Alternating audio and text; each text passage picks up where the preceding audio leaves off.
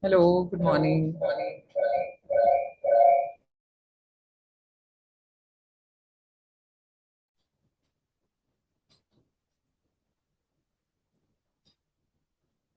We'll get started in a minute or two as folks continue to join and settle in.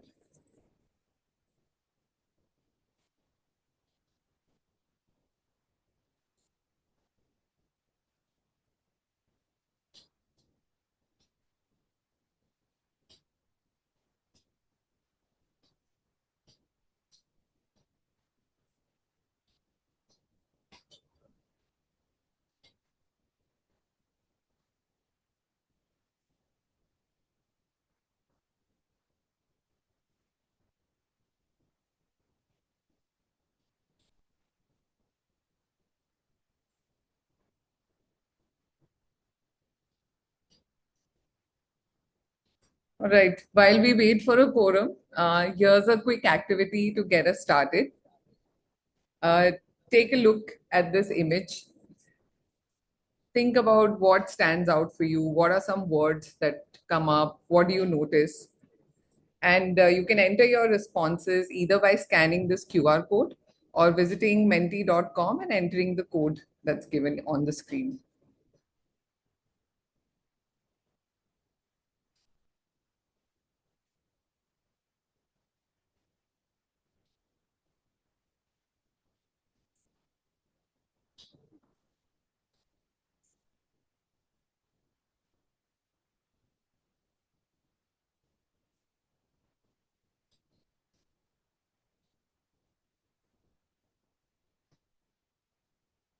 For those who have just joined in, we're just doing a little bit of a morning wake me up activity. Uh, you can visit the link, menti.com, and enter the code here and enter words and prompts that come up for you when you look at this image.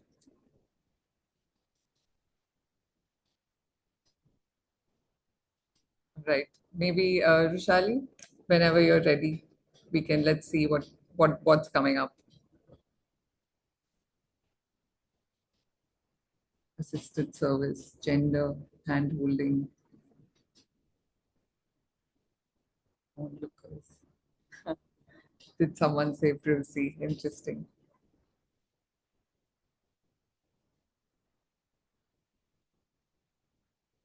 Crowd, collective. Yeah, mansplaining. Hey, thank you so much for sharing. This image is actually a representation of one of the inspirations behind the study that we're here to talk about today. The image on the screen tells us many things. I think most of these things have already been mentioned by the audience here. But look at the number of hands it takes to get one fingerprint, the informality of a very official banking process, the gender dynamics that are at play, or the number of devices that are involved. The need to investigate onboarding started at this point and has culminated into the study called DeFi for All. Thanks, Vishal.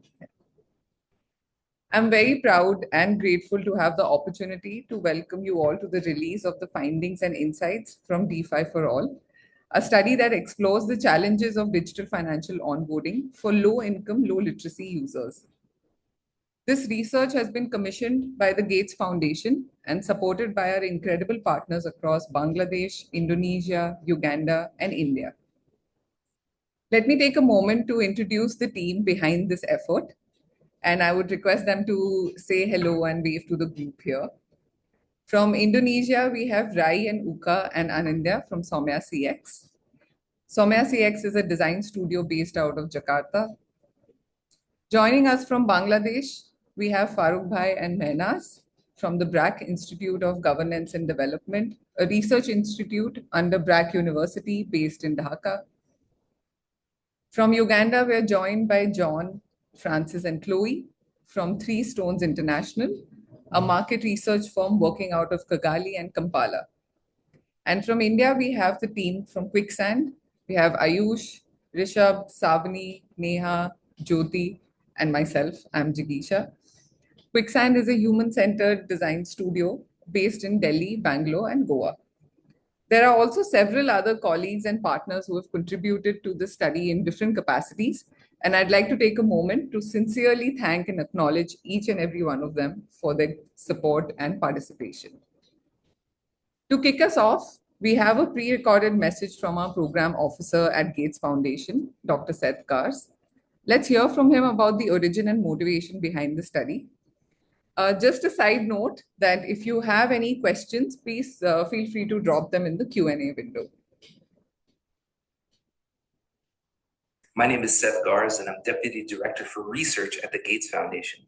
I'm super excited to join you in celebrating the launch of this project. I wanted to share a few words about what drew us to support this work. As of the latest Global FinDex survey in 2021, we observed that upwards of 1.8 billion people had been onboarded into financial services, adults that owned accounts in the prior 10 years, a remarkable achievement largely driven by digitization of finance.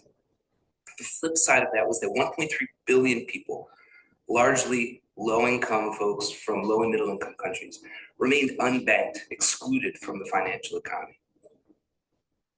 We asked ourselves, what is it that constrains these individuals? Why have they not been able to reap the benefits of digitization and the innovation in finance?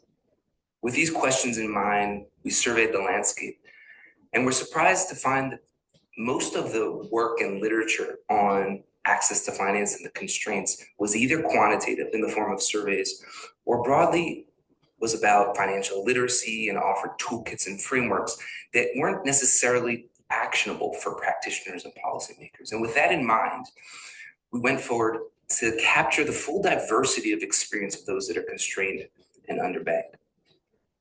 To do so, we went beyond just a research study focused on one country, but explored 4 countries, focusing on India, where digital public infrastructure is increasingly ubiquitous, focusing on Uganda, which has a very mobile money, telecom-led finance model where lots and lots of people have gained access to finance through mobile money. In Bangladesh, where again, mobile money has driven financial inclusion, but with a system that is not led by the telecom industry, but is led by a fintechs in particular. And then finally, looking also at Indonesia, really on the cutting edge of digital economy, where smartphones are far more accessible and where the gender gap actually is virtually non-existent. In these diverse countries, across these diverse markets, we further pushed ourselves to look not just at folks that were convenient to speak to, folks that we knew or communities that we'd been to before, but looking to capture the full spectrum of human experience in these countries, taking very seriously the idea of how to sample a diverse selection of citizens, of consumers.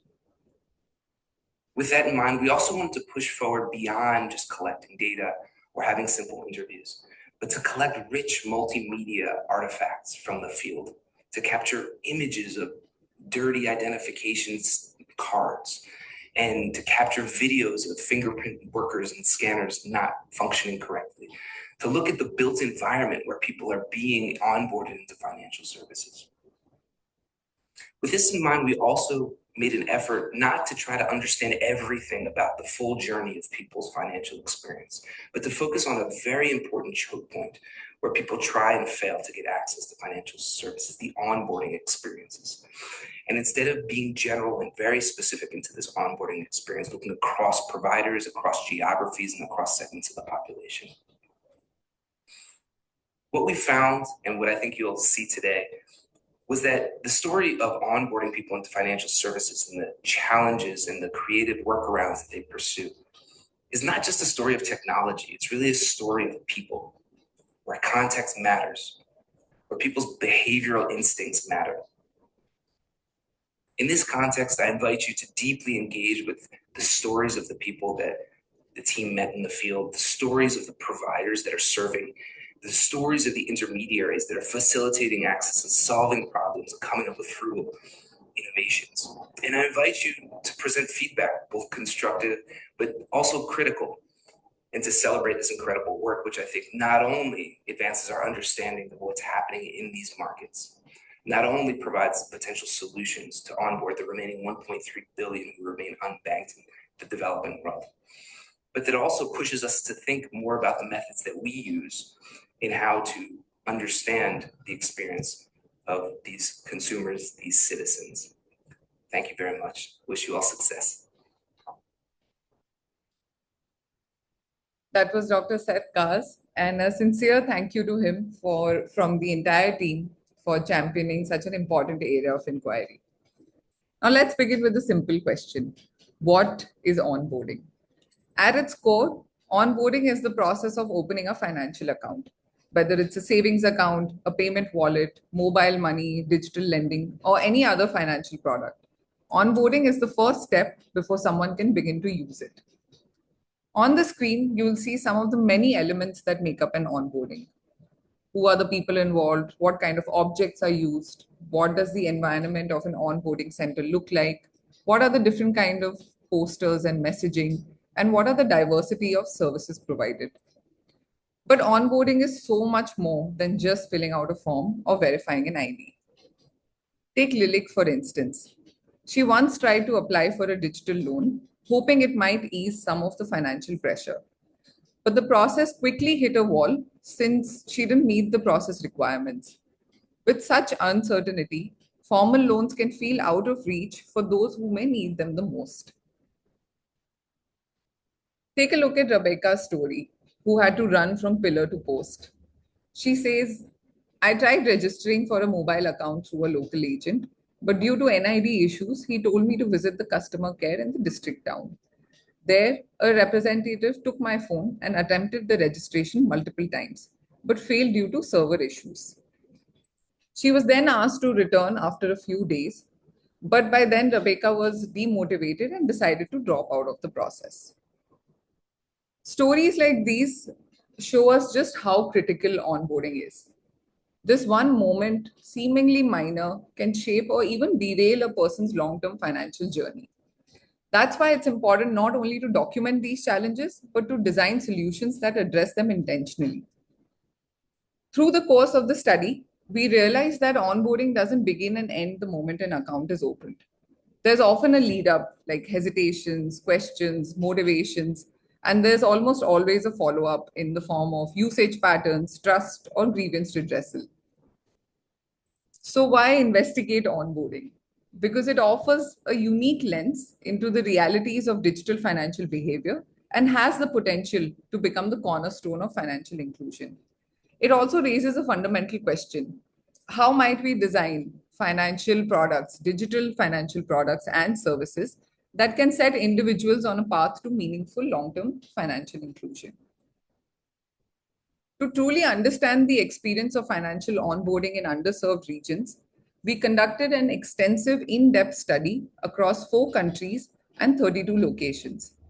We engaged with over 800 users and merchants and over 200 agents and banking intermediaries. We worked closely with 66 financial service providers and spent over 300 days in the field.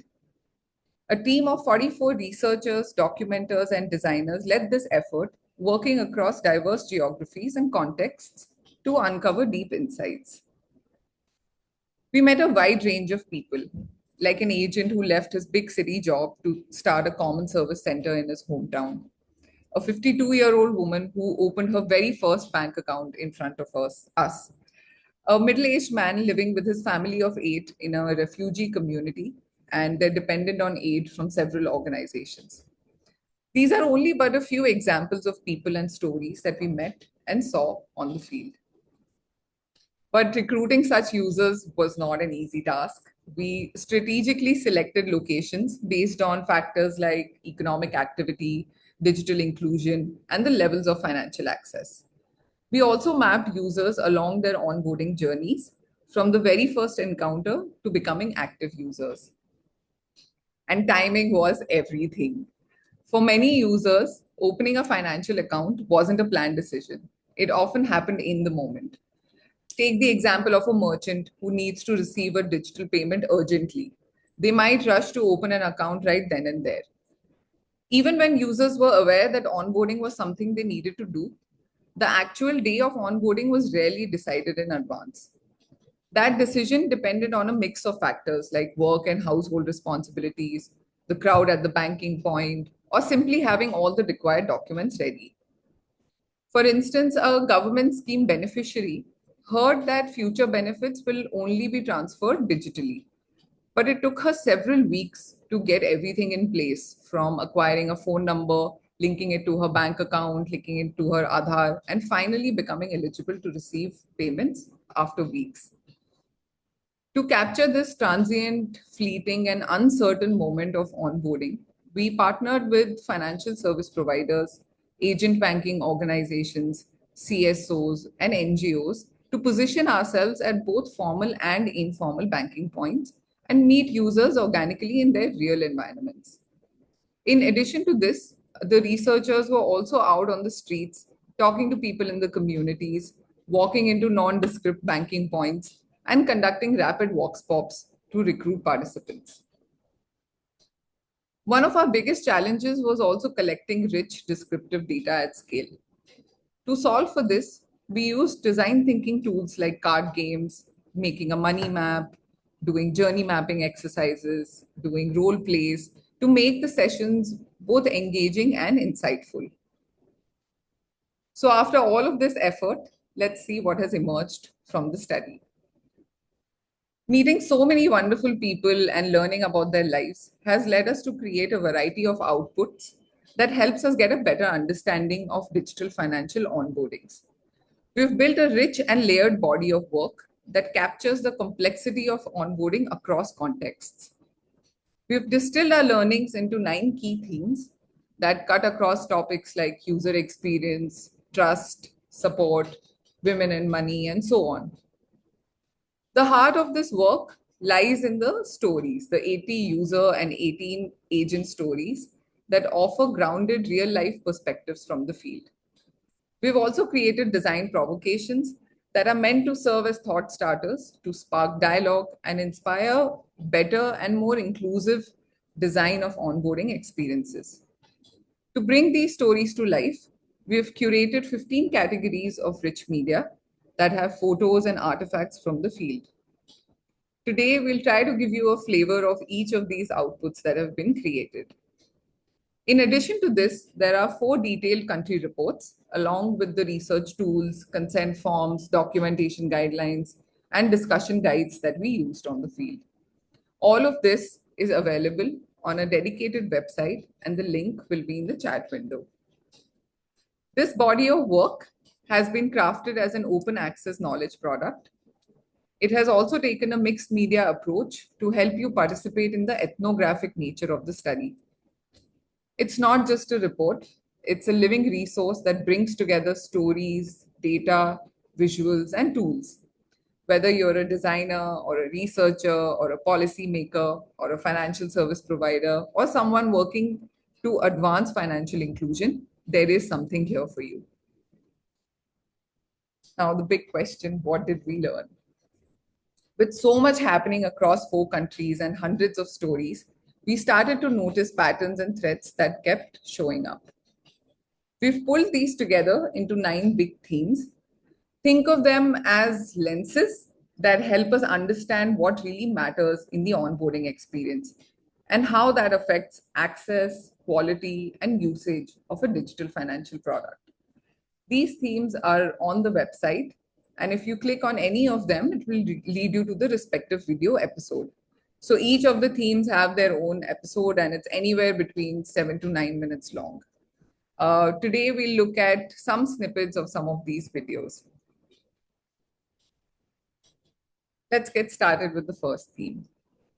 This episode on women, money, and digital explores how women in underserved regions across Bangladesh, India, Indonesia, and Uganda navigate layered challenges of digital finance, like social norms, limited digital access, gatekeeping by male family members, infrastructural gaps, and social expectations around visibility and control. Women's financial journeys are adaptive, relational, and deeply contextual, where savings are often a secret, trust is mediated through known agents, and digital tools are used selectively.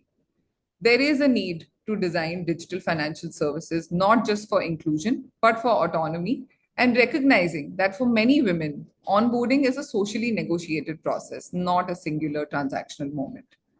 Through this lens, the video also looks to answer critical questions like how do women navigate technology? Where do women and DFS meet? How do women use DFS to save, grow, and thrive? And how does community shape women's DFS journeys? Let's take a look at an example.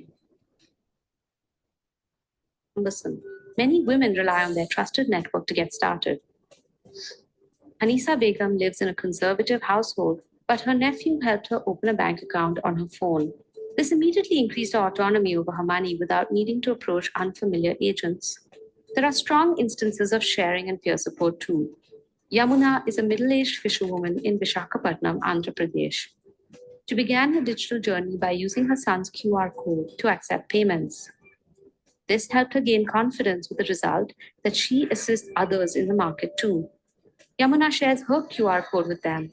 It is a community resource now.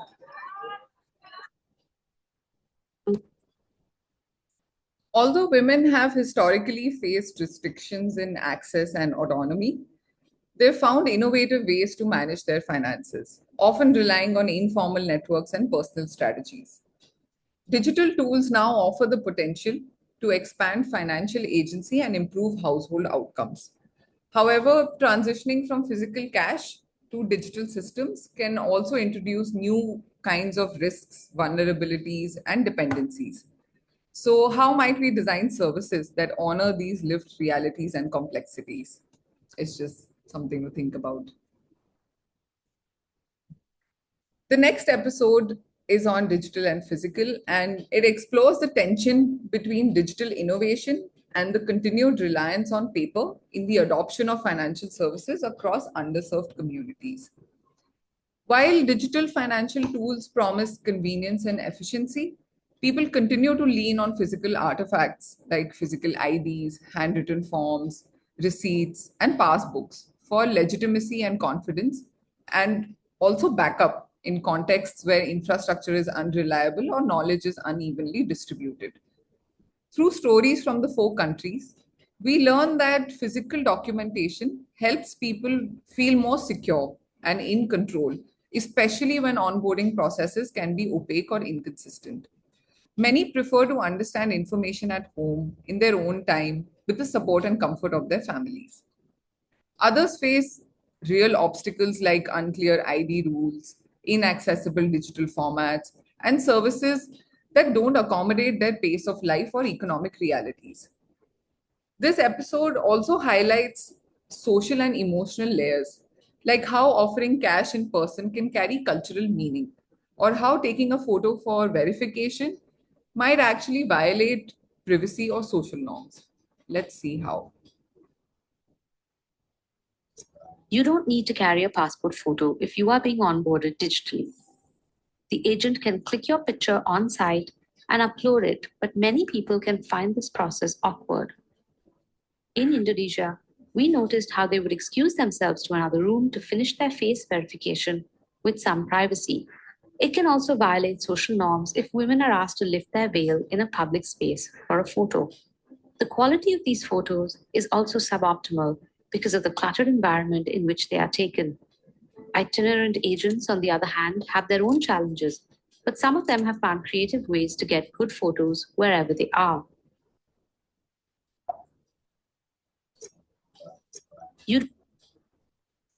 Ultimately, the takeaway is that digital doesn't automatically mean better.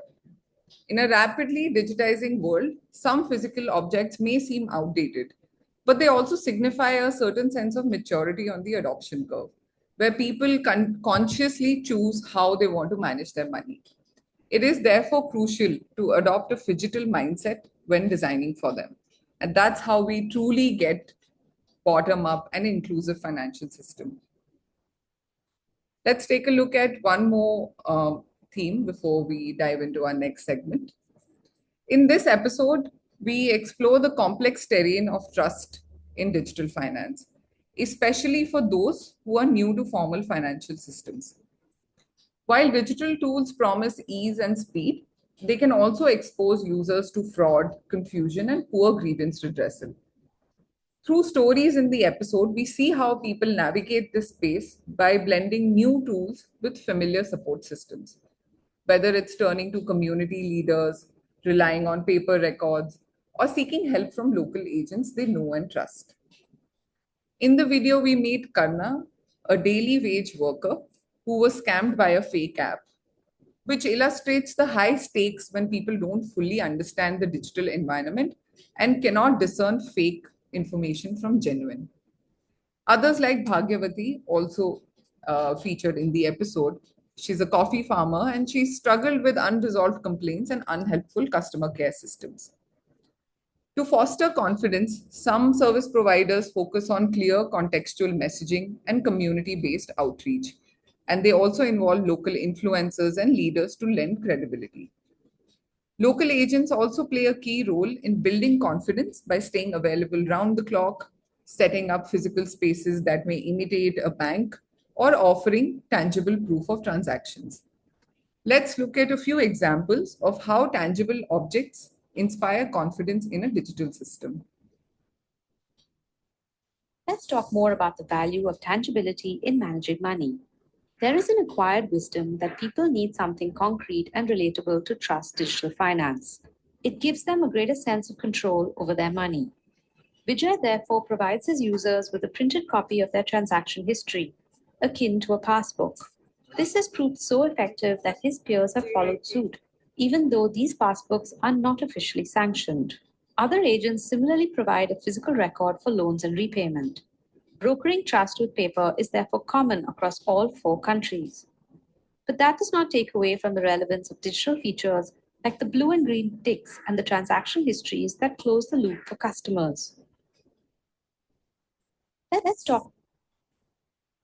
Across the board, users express a need for transparency, empathy, and continuity, not just at the point of onboarding, but through the entire financial journey.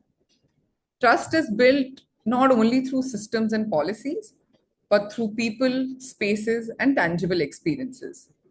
By grounding digital finance in lived realities, we can help users feel seen, heard, understood, and empowered to stay within the formal financial systems confidently and safely. These symbols of trust can help us bridge the gap between the unfamiliar and familiar for these communities. I would now like to turn the mic to our partners and ask how these themes reflect in their countries. We have Rai from Somia CX Indonesia. Hi, Rai. Could you share some of your reflections with us? Yeah, I have one photo that maybe you can share that depicts how it translates with the themes. So yeah, so this photo is depicting those 3 themes. So this is one of like the women bank agent we met on the rural.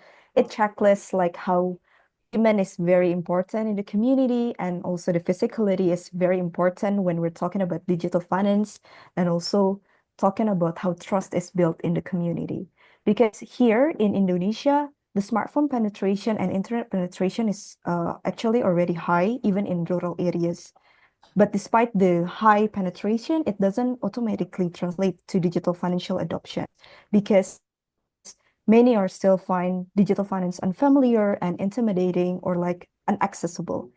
So even if the awareness is already at the rural level, it's usually only recognized at the brand level, and they usually don't understand its value or how to access the digital finance and etc. So they don't see the value of using those kind of platforms. Especially it got amplified with the negative news, and that's spreading through a lot of media, a lot of things that they can consume, like in televisions, in social media, in the word of mouth. There are a lot of negative news regarding like the digital lending, the fraud, the scam, and etc. So the trust to digital financial is not built well enough in the community. So it seems like this people is left alone figuring out what is actually the value of the digital financial services. And here we see that the physicality or like the tangibility plays a big role in here that we can see in the agent. Yeah. So agent in here is checklist, a lot of element they are already trusted in the community, they are familiar in the community, and especially it got amplified also in the women agents, because usually this women is already being an advocate or like active within a community. Even this women agent that we met, she's quite popular, not in her village, but also to the next village. Because here in Indonesia, the mass onboarding is not something very common, unlike we see in also in India, like in Bangladesh, where there are a lot of programs of mass onboarding. So this agents is become like a melting point or like a hot point for financial literacy and also financial adoption can come. And we can see that sometimes the financial adoptions is happening in informal settings, not always in a formal settings. So back to you, Jikisha. Yes, completely agree. And thank you so much, Rai, for that. I would like to now call upon Farooq Bhai from the BRAC Institute of Governance and Development to share his reflections for Bangladesh. Okay, thank you, Divisha. So, however, all the things you portrayed in the screen are very relevant to our Bangladesh.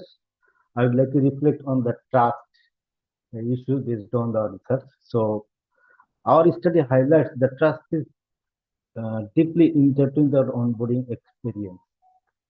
In context of Bangladesh, trust is reflected on user reliance uh, on credible sources for accessing a service or registration as well. Typically in Bangladesh, people do not do the onboarding process individually. Rather, they rely on others, particularly on agents. So, for their registrations or onboarding, people always turn to trusted agents because the onboarding process requires sharing uh, personal and information and things, including NID, handset, and PIN as well, so what you can see in the image. So, which requires a level of trust. So, this is why trust matters in the onboarding. So, we also found that the DSS is designed as an individual product, but in Bangladesh, it, it operates in the context of shared use because of its prevailing socio-cultural norms. For example, sharing personal account information such as in a PIN number with trusted individuals is very common in Bangladesh, despite there are some potential risks. So this complexity of socio-cultural dynamics poses significant challenge for meaningful financial inclusion, particularly for low tech users, including women and elders. So this is why when selecting or choosing an agent, people pay more attention for something like agent's location, prior my relationship with, and the agent's reputation. So this is how trust matters in onboarding in context of Bangladesh. Thank you. Thank you, Rai. Thank you, Farooq Bhai, for your valuable inputs. It's time for another picture. Let's take a look at this image from Indonesia. It's the same drill. The Menti link is on the top along with the code. You can also scan the QR code given on the bottom right of the screen. And yeah, send in your responses. What do you see when you look at an image like this?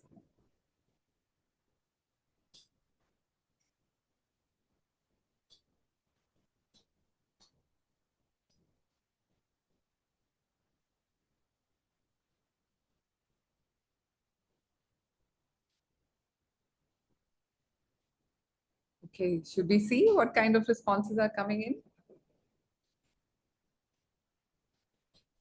Finders, tracking, deadline, organized person, yes.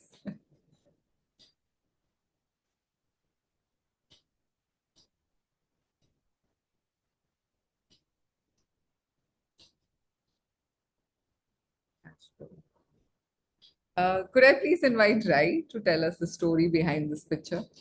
Okay, what an interesting complete compilation of words because a lot of this is aligned with what I want to express with this photo. But I also have one word that I think very interesting is the not accessible. I'm kind of wondering what does that mean when the person is typing this. But yeah, anyway, so this is the photo of the calendar from one of the housewives or like homemaker that we met on the field. So she is the minister of finance in her household. She takes care of all of the cash flow that happens in the household. So she takes care of what kind of expenses the household needs to have or what kind of bills that they need to pay. And even she meticulously plan when is the best time to save the money, even if it's only like 50,000 rupiah. And she have to save even with the household limited money.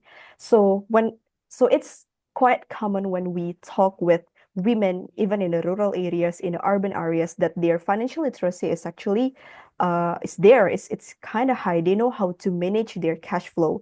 But what is also interesting is we see that financial literacy is not on par with the financial inclusion. So when people have financial literacy, it doesn't really translates into the financial inclusions because a lot of women we met when they're like a housewife or homemaker, there are a lot of obstacles when they want to onboard into like a financial services. It's sometimes inaccessible or they don't have any supports to help them or like to assist them to onboard and etc. So the financial literacy is there. It's common in the household for them to manage the cash flow, but sometimes it's not on par with the financial inclusion. Thank you, Thank you, Rai. Alicia. Moving on to our next category of knowledge product that sits on the open access website are the user and agent stories. On the website, you will see 80 stories nested within these 9 archetypes. Within each of these, you will find associated stories from the 4 countries. These archetypes will help uncover the nuanced behaviors, needs, and decision-making processes of people using digital finance across these different contexts.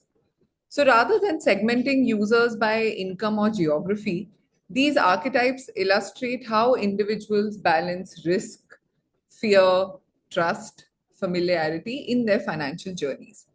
They reveal motivations, coping mechanisms, and other relational dynamics that offer insights for designing more inclusive financial systems that are more empathetic to the ground realities. Let's take a look at a few examples. An interesting archetype that emerged from the study was savvy adopters, every service provider's dream. These users are not limited to just one platform. They're open to experimentation and quick to try. They're able to transfer their digital skills from other apps and they practice learning by doing. As they increasingly use digital financial services, they get more and more confident and they are willing to explore new features and offerings. It's common for this archetype to wear their comfort and swiftness with DFS as a badge of honor. We have Farooq Bhai from BIGD who will tell us the story of one such user from Bangladesh.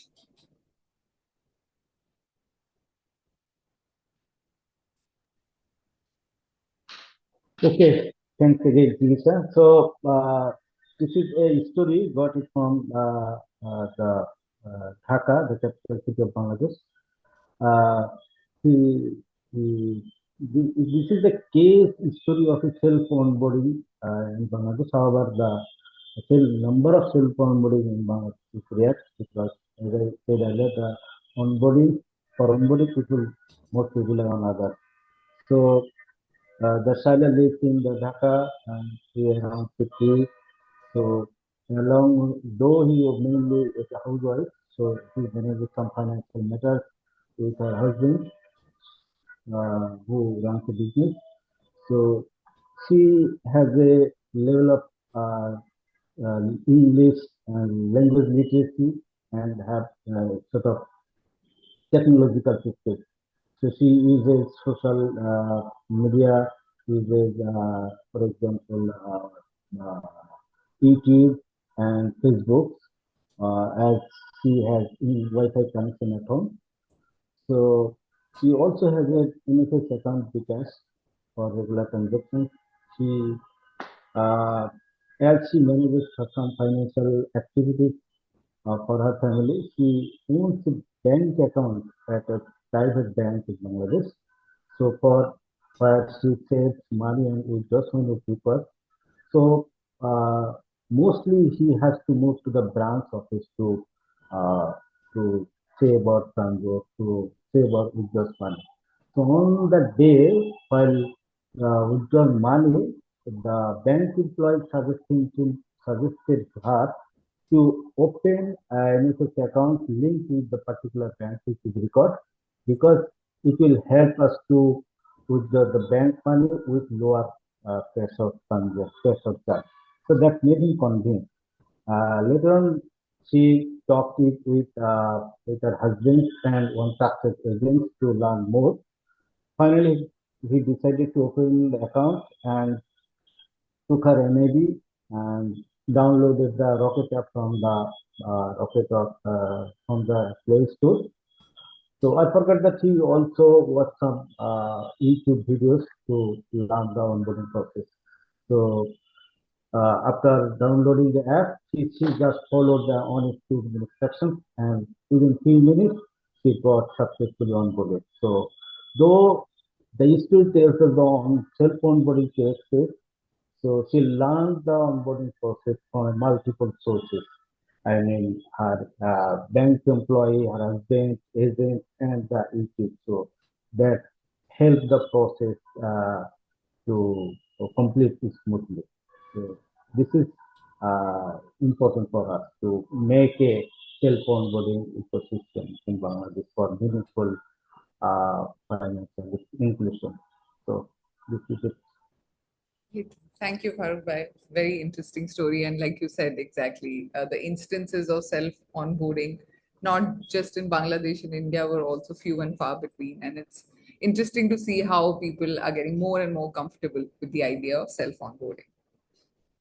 Our next example is from the archetype of the fintech champion. Imagine if a savvy adopter got savvier and started advocating for DFS. Fintech champions are individuals who have become power users of digital financial services. Not only do they excel in using these services themselves, but they also actively support and guide family and community members in onboarding and navigating DFS. At the same time, in close knit communities, defining a boundary of support can get challenging. So sometimes they may hesitate or offer just enough support that doesn't make them vulnerable enough to be held accountable. The job of a fintech champion is a hard one, but they sit at the very critical intersection of awareness and adoption for the local contexts and communities. They may be motivated by incentives in the form of referral bonuses and rewards, but they're really driven by sheer goodwill and a sense of responsibility towards their community. We have Rai from Somia CX who will tell us the story of one such user from Indonesia. Okay, so this is Jundi's story. Jundi is a security guard at one of the bank branch in South Sulawesi that we met earlier. And like you can see, he began his career as a janitor at another branch and earned a promotion to become a security guard.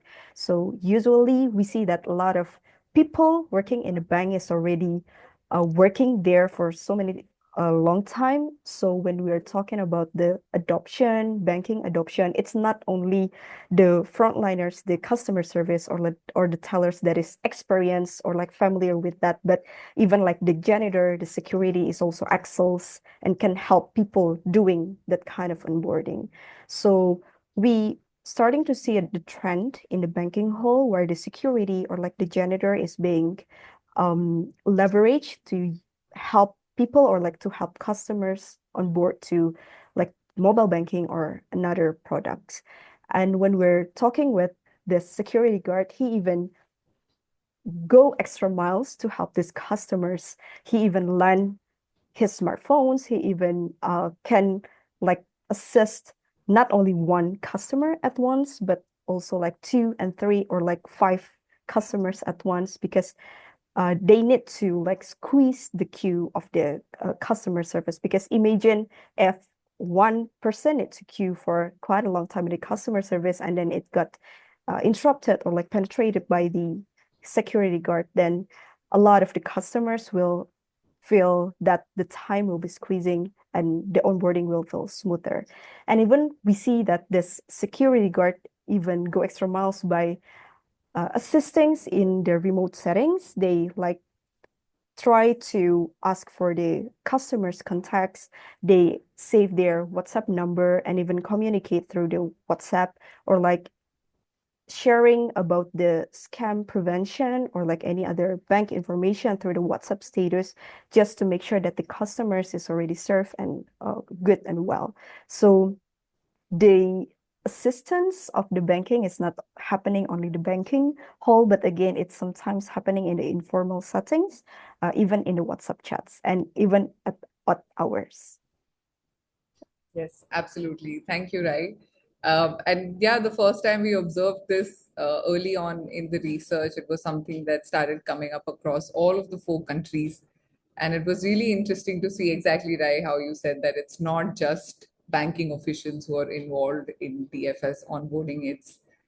There are so many other actors and people who play such an integral role in the system, but may not be recognized as such for it. Thank you, Farooq and Rai, for talking us through these stories. Many such stories are available on our website, and you can browse through them by using these filters of gender, country, age, location, or you can also navigate using the archetype tab. There are 9 user archetypes, and the last category, the 10th category, is where we've situated 18 most interesting agent stories that have stood out from all of the 4 countries. Early on, Seth mentioned that capturing rich media was integral to the study. Across the 4 countries, we were able to capture images of users, agents, supporting actors, biometric devices, smartphones, forms, onboarding centers, advertising posters, and several other artifacts. Capturing rich media like photos, audio, and video in a thick descriptive study like DeFi for All adds a lot of emotional texture, contextual depth, and authenticity to the overall understanding of the topic. It helps convey the nuance and also helps make the task easier for your imagination by showing you a visual proof of lived experiences, physical environments, and social interactions in ways that words alone cannot convey. Rich media also invites us to form our own perspective and connect more intuitively with complex insights to make them memorable, actionable, and relatable. So I invite you to explore this gallery. At the bottom of the page, you will see there are about 15 filters. You can try any combination, and that's my invitation to you to just go to the gallery and play with it a little and see what comes up. Maybe there is an Easter egg of a new innovation hidden somewhere in there. The website also contains a repository of the research rigor that went into the study. This repository contains documents on the research methodology, sampling. It has the market landscape studies from the 4 countries, which are quite comprehensive, and perhaps the fastest way one can understand the financial landscape of each of the countries. The repository also has the discussion guides, the design tools, and cards that were used to facilitate the interviews. Collecting rich media on a sensitive topic like finance, and more so digital finance, especially since the space is rampant with digital fraud and scams, can become quite challenging. For this purpose, we acquired clearance from an institutional review board to ethically capture sensitive information. Each participant had to offer their consent before beginning the interviews. Their consent was recorded in various forms, written, as audio, as video, depending on their preference. These consent forms and documentation guidelines are also part of the repository and openly accessible. Again, the link to the website will be in the chat, so feel free to visit. Okay, before we head into the panel discussion, it's time for another picture, and I promise it's the last one of the day. Take a look at this image from Bangladesh. Think about what stands out to you. And I think everybody is fairly familiar with the drill now. You can either scan the QR code or you can visit menti.com and enter the code that's up on the screen.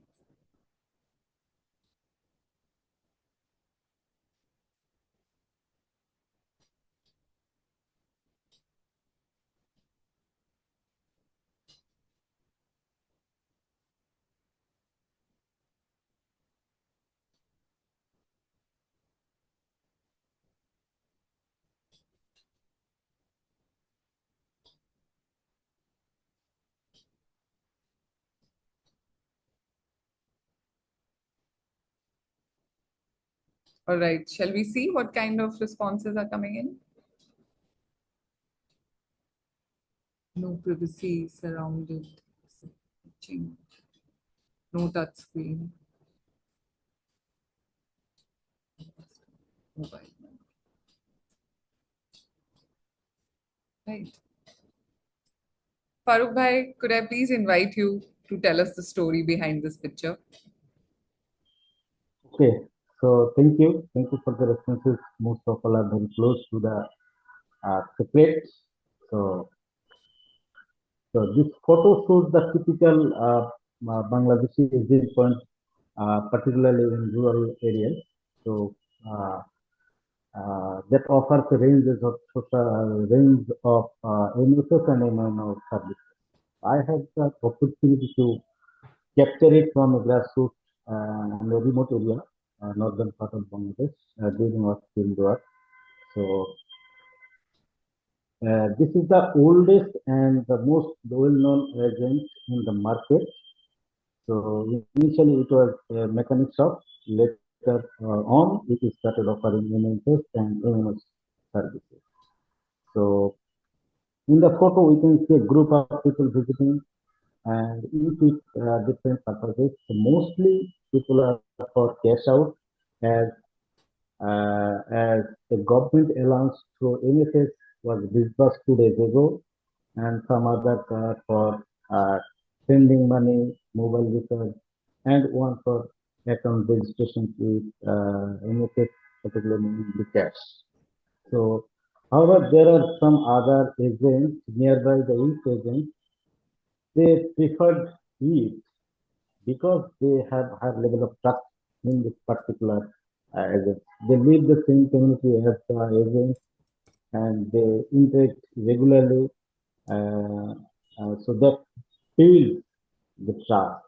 So this is why, so they never, unless it is required, they don't move to any other agent. So they feel comfortable in the agent front, as you can see in the photo. So they feel comfortable. So this is the story tell us so far. Right. Thank you. Thank you, Farooq bhai. Thanks, Vishali. All right, let's take a moment to reflect on what we've seen so far and turn the mic to our representatives from Indonesia and Bangladesh for a big picture view of the digital financial landscape in their contexts. From Bangladesh, we have Mehnaz Rabbani. Mehnaz is the Director of Operations, Strategy and Partnership at the BRAC Institute of Governance and Development. She's a development economist with almost 20 years of experience as an academic and practitioner in the development field. She is passionate about the evidence to policy and practice agenda by building innovative and effective ways of learning within the development sector and promoting practical use of evidence-based learning and strengthening networks for capacity building. Thank you, Mehnaz, for joining us today. From Indonesia, we have Rai Harjani. Rai is an experienced design practitioner at Somia CX, Indonesia. Somia is a consultancy that helps companies uncover insights and turn them into impactful solutions that address the real needs of businesses and customers. Rai has worked across financial institutions and various other segments and industries. With a strong background in human-centered design, she informs recommendations not only in the shape of products, but also services and systems. Menas, we could perhaps get started with you. In your opinion, what are some recent innovations in Bangladesh in the world of digital financial services that could possibly address some or any of the challenges that we've encountered in the study? Thank you, Jigisha, and thank you everyone for giving me space to speak today. So one of the problems, as it's common in all the countries, I think, it's for women to open accounts and to access their accounts, is mobility and security. In many remote areas, in many villages in Bangladesh, women are culturally they're not able to go out to see an agent, even if he's in the closest marketplace. And to open the account, she has to show her face and interact with men outside her household. Sometimes this is not possible for them. So this was one of the biggest challenges that we found for onboarding women, marginalized women especially. Now, Bangladesh has a very old history and tradition of door-to-door NGO services. So the digital finance area is in the private sector of Bangladesh. And there's in the NGO culture, we have a very strong tradition of door-to-door services taken to women who are in this position. So public health services, microfinance services. So there are field officers who work for NGOs who visit women at their homes every day almost, if not every week. And they provide services to them at their doorstep. So an interesting innovation that I think can change things and also sort of speaks to our digital and physical space intersection is Shakti Foundation, one NGO, has partnered with the private company Bikash, and the NGO field workers have been trained and certified as agents. So they can now, when they're providing door-to-door services to women, and they're doing awareness of nutrition, childcare, this and that, they can also provide MFS services. This, I think, is it should have been a no-brainer, but it's an innovation where the two sectors come together and share best practices to be able to reach this population. So this is started as a pilot in a small scale, but we believe that this has promise to grow. There are some other small challenges which the private providers have been addressing. The issues of, being able to type in PIN numbers, because now allows us to sign into our account through fingerprinting. The issue of taking pictures and smiling, all those little technical things are being slowly addressed. But I think the modality of going door to door for women is a game changer and will be a game changer in terms of onboarding. Absolutely. And that's something we've seen in India as well, that the human aspect of digital cannot be ignored. Thank you, Manas. Rai, you've been deeply involved with the study from day one. Over the course, we've had several brainstorming sessions for solutions. But at this juncture, and especially as an experienced designer, do you have any thoughts on design provocations that could potentially improve the state of digital financial services in Indonesia? Okay, thank you, Jigisha, for the stage. So, when we're talking about design provocations, the probability is like very huge. We can talk about like a very specific things in the onboarding. We can talk about like interactions. We can also talk about the systems. We can also talk about the regulation, how it can shapes the requirements and etc. So, because of that, I can share maybe two things. One is very specific things in onboarding, in the interaction, and the other is about the systems that shapes how the product is designed and who the product is designed for. So the first one is still talking about the assistance, because like I mentioned earlier, in Indonesia, it seems like a lot of these people is left alone to explore and to being onboarded into the digital financial services. They only know it from the social media, but usually it's only like a one-way interaction. So they receive the information, but it's hard to follow up, or it's hard to find assistance to other things.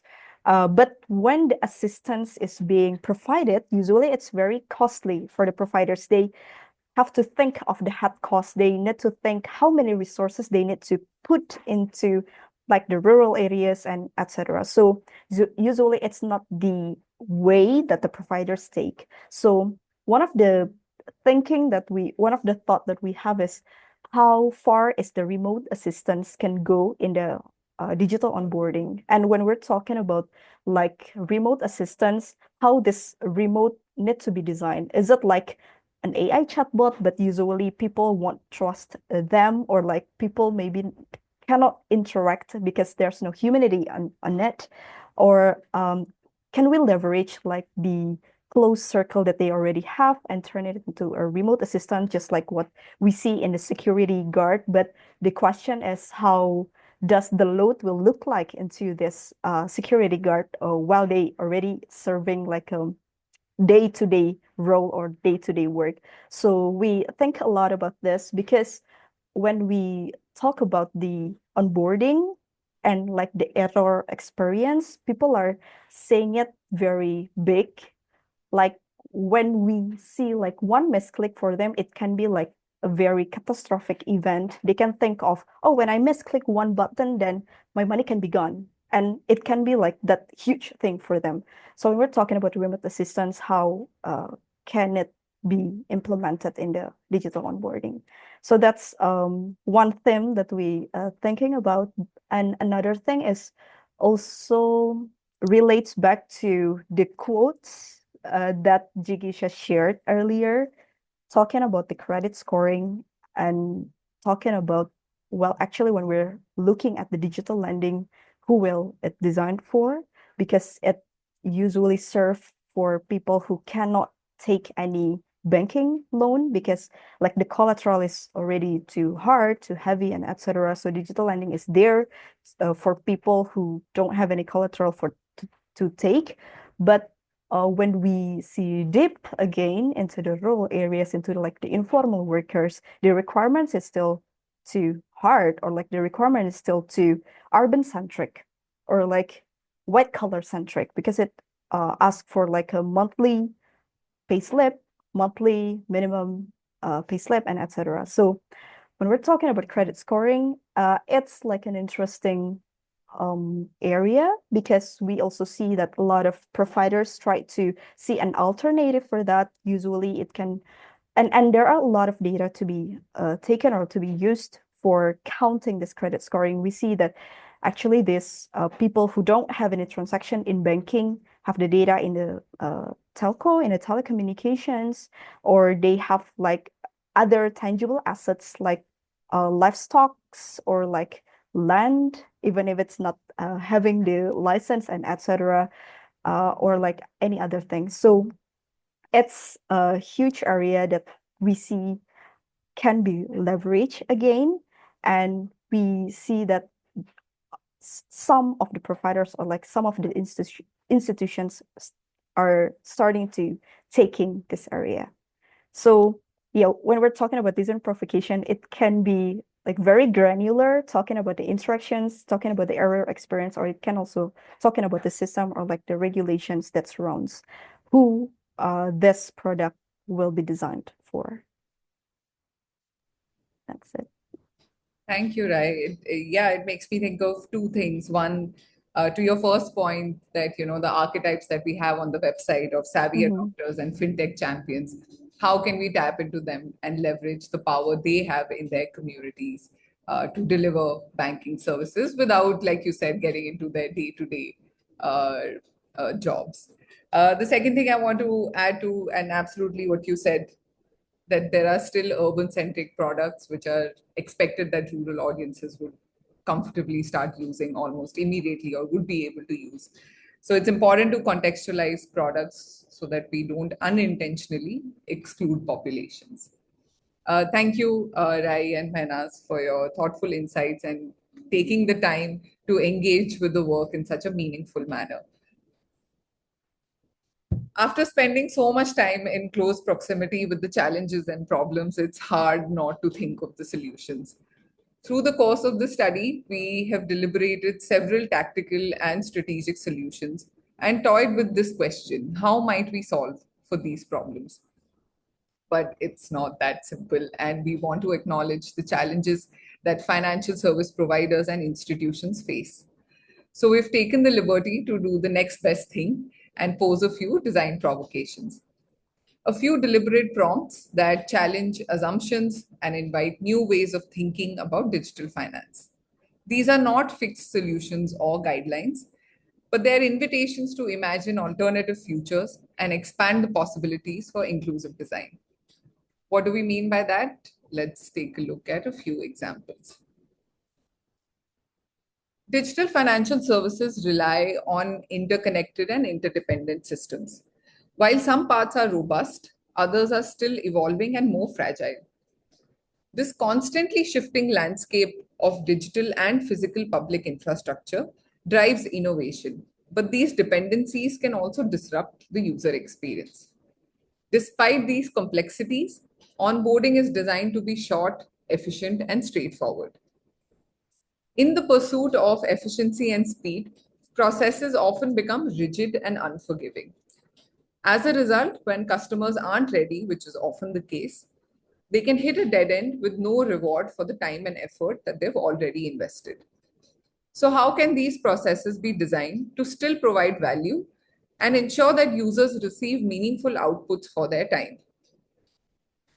A non-linear modular onboarding process would offer flexibility to users, last mile agents, and others who are assisting them. It could prevent the process from coming to a halt by allowing users to pause, skip steps, revisit them later, or complete onboarding in a non-sequential manner. This approach helps users navigate roadblocks or failures without being penalized for factors that may be beyond their control. In this specific scenario, we're recommending that we remain cognizant of private spaces for women. And this is something that we saw earlier also in one of the thematic episodes. There needs to be provision to allow women to complete certain steps in private and comfortable spaces rather than at agent centers. And provisioning for their comfort will make them feel heard and understood and encourage them to become a part of formal financial systems and reduce the hesitations. This also eliminates the need for private spaces at every agent center and enables agents to attend to other customers. Across many communities, financial decisions are rarely made alone. Households, occupational groups, merchants, and neighborhood savings and credit groups rely on shared financial practices to build resilience, foster growth, and secure their collective future. Yet, most of DFS solutions are designed for individuals, overlooking the communal nature of financial management. These financial structures already exist in offline settings where people trust their familiar networks and established practices. Without digital alternatives that cater to group dynamics, many people see very little reason to transition to digital, and they miss out on potential benefits and opportunities. Digital financial services must go beyond simply providing access to shared accounts and actively support the financial health of groups and households. This means designing tools that expand the possibilities beyond transactions and enable savings, credit, investment, and growth. In this scenario, we are recommending shared accounts with a custodian. For merchant, self-help groups, or any other collective, a shared account that maintains security through a custodian who holds the device. And this is something that we saw early on also in the video. And there are several such instances that are already playing out on the field, where multiple wallets can be linked. How it may manifest in a formal system is that multiple wallets can be linked to the same account with individual QR codes for each wallet. The last scenario that I want to talk about are permeable walls between physical and digital. And this is an intersection that we've touched upon quite a few times in today's session. So for many unbanked and underbanked users, especially women, trust is built through tangible experiences. Passbooks, receipts, and physical cash provide a sense of security and control that digital transactions tend to lack. Even as DFS expands its reach, cash remains deeply embedded in daily financial habits, not just as a preference, but as a necessity. Many users earn small amounts that are difficult to digitize, making cash the most practical option for their financial lives. Despite the push towards digital, both users and agents continue to rely on physical elements within DFS, often in unofficial ways, from keeping handwritten records to using printouts as proof of transaction. People create their own hybrid solutions to bridge this gap. The money, time, effort of digitizing small earnings often outweighs the perceived benefits of digital financial services, leading many to stick with cash. Digital solutions alone aren't enough and sufficient. They need hybrid solutions that seamlessly blend physical and digital experiences. Instead of forcing a full transition to digital, services should support tangible touchpoints that reinforce trust. The transition between physical and digital interactions must be effortless, not only supporting tangible touchpoints, but also introduce tools and features that mirror the familiarity of physical interactions. In this scenario, we are recommending the use of tangible objects in an onboarding. Those objects that we commonly associate with banking or financial services or just an official task. Incorporating these familiar physical elements can enhance trust and improve confidence and faith that people have in digital financial services. By presenting these provocations, we're hoping to open up new directions rather than close any. Some may resonate, others may feel off base, and that's entirely the point. They're designed to be catalytic, to make space for disagreement, iteration, and co-design. Ultimately, our goal is to shift the conversation from what's working, not working, to what is really possible, especially when we center the diverse needs and aspirations of those who are often excluded from formal systems, but are expected to maintain a graceful stride with innovation. So in conclusion, all of this information is available as a knowledge product on our open access website. The link should be in the chat window. I invite you to engage with it and also give us your feedback. You can get in touch with the team members if you want to hold workshops or learning sessions for your product, design, strategy, or research teams. We hope that the knowledge and the information that sits on the website sparks new ideas, informs better decisions, and ultimately helps shape more inclusive digital financial ecosystems. Let's see if there are any questions that are unanswered. Most question has been answered. Okay.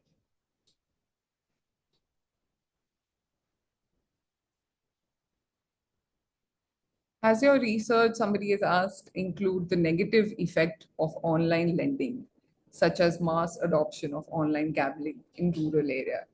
Could I request Jai or Uka from the Somia team, because they have seen so many instances of digital lending in their context, to attempt responding to this question? The question is, has your research included the negative effect of online lending, such as mass adoption of online gambling? Did you observe any such instances on the ground? Yeah, actually, we've seen it, and there's a lot of negative stories regarding the online lending. Like, it's not only about the implication of the non-performing loan, but also the debt collection that actually happening towards the customers, right? Because of these negative stories, the implication of digital financial services actually becomes what we call tainted. People are actually afraid to enroll in any digital financial services. For example, during the KYC process where people need to actually scan or photograph their ID, right? They will say, "Oh, you need to take photos for my ID." I'm afraid because I heard that some friends the ideas being used to do the online lending by someone else. Therefore, I am being told to not to put any ID within any platform. So it's happening across not only in lending but also in the saving as well. So there are some fear that to upload ID to open up a saving account, for example, and the sad news is it's being blown up as well by media, right? But there is less counter to match these negative stories. We only heard some of the communication from the provider as well to combat this misuse of ID. For example, we heard some private banks that actually make a big campaign. Do not upload your ID to unknown platforms and make sure that it's being registered in the authority and such. So we seen it's kind of taint the overall perception of digital financial services as well. But we heard a lot of sad stories regarding how the lending impacted their financial as well. Like, for example, there is one entrepreneur who want to apply some productive loan to the banks, and then she only realized her family have a non-performing loans due to her husband actually doing an online lending, and she didn't know it until she got noticed by the bank. Hey, you actually have a non-performing loans within your family history. So it's quite sad how the open access actually have some unintended consequences as well. Absolutely. Thank you so much, Uta, for answering that question. I think we have one more question on are the findings observed across geographies or specific to the ones covered in this session? So across the website, you'll see, especially themes are threads that have come up from all of the 4 countries.